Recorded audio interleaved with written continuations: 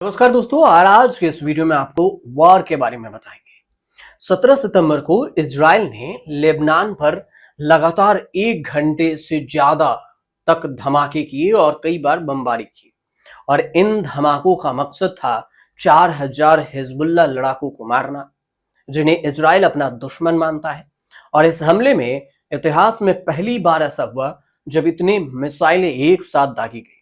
खूब मिसाइलें एक तरफ से दूसरी तरफ से दागी जा रही है। इजराइल पर ईरान के हमले के बाद मिडिल ईस्ट में सीधी लड़ाई की आशंका बढ़ गई।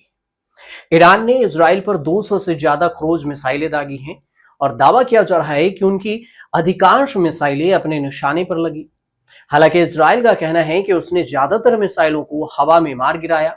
इजराइल के प्रधानमंत्री बेंजामिन नेतन्याहू ने ईरान के खिलाफ जवाबी कार्रवाई की कसम खाई और उन्होंने कहा कि ईरान ने बहुत बड़ी गलती की कि उसे इसकी कीमत चुकानी पड़ेगी। ईरान के हमले के फौरन बाद अमेरिका ने इजराइल को मदद करने का ऐलान कर दिया।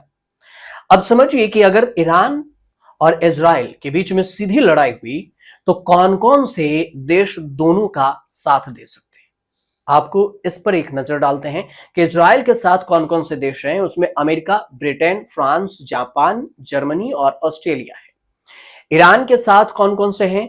उसमें रूस, तुर्की, चीन, लेबनान, यमन और सीरिया है। दोनों देशों के बीच में आधे आधे देश बटे हुए हैं। हमास की करतूत का फल अब पूरे पश्चिम एशिया को भुगतना पड़ रहा है और इजराइल हिजबुल्लाह के साथ ही अब ईरान के साथ भी युद्ध की आशंका गहरा गई है, जिसका असर पूरी दुनिया पर पड़ सकती है। और इस बीच में इजराइल ने लेबनान में जमीनी हमला भी शुरू कर दिया।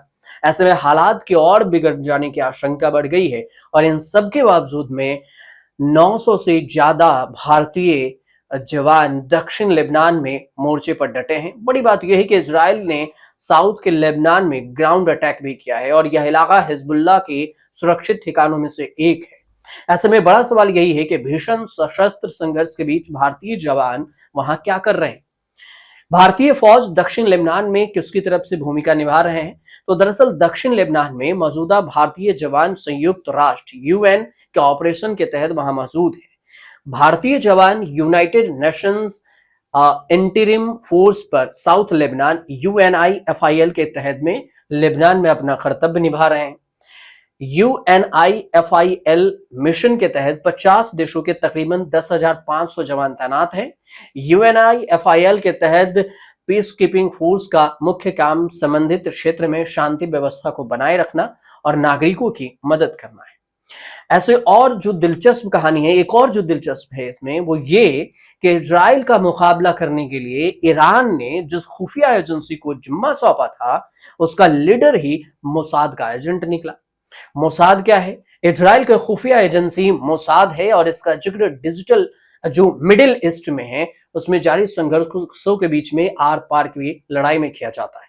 यह चर्चा ऐसे वक्त में तेज हो गई है जब कहा जा रहा है कि ईरानी जासूस के बेरूत में हिजबुल्लाह मुख्यालय पर हवाई हमले में मारे जाने से पहले हिजबुल्लाह नेता हसन नसरल्लाह के ठिकाने के बारे में इजराइल को जानकारी थी।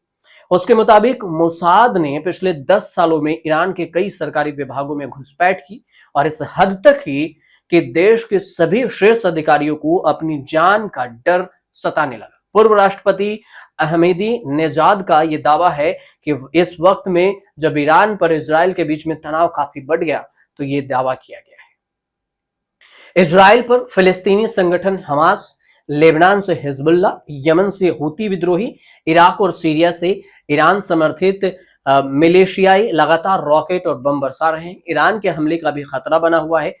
अब इस सब के बीच में इजरायली सेना अपने दुश्मनों को चुन चुन कर मार रही है और उसका खात्मा कर रही है। फिलहाल यह जंग खत्म होते नहीं दिख रहा है और अरब देशों में तनाव देखने को मिल रहा है। युद्ध की शुरुआत हमास ने की और अंजाम तक इजराइल पहुंचता दिख रहा है। 7 अक्टूबर 2023 को सबसे पहले हमास के लड़ाकों ने इजराइल में घुसकर नरसंहार किया तो पलटवार में इजरायली सेना ने फिलिस्तीनी लड़ाकू जो हमास की है वो कमर तोड़ दी और गाजा को बारूद का ढेर बना दिया। इसके बाद अब हमास की सहयोगी निशाने पर आ गए। हफ्ते भर में लेबनान में दहशत का माहौल है, सड़कों पर सन्नाटा है और एक झटके में हिजबुल्लाह का चीफ नसरल्लाह का खात्मा हो गया और अब इजरायली डिफेंस फोर्स ने हूती विद्रोहियों पर बम गिरा दिए। अब सवाल ये कि ईरान नाराज क्यों है।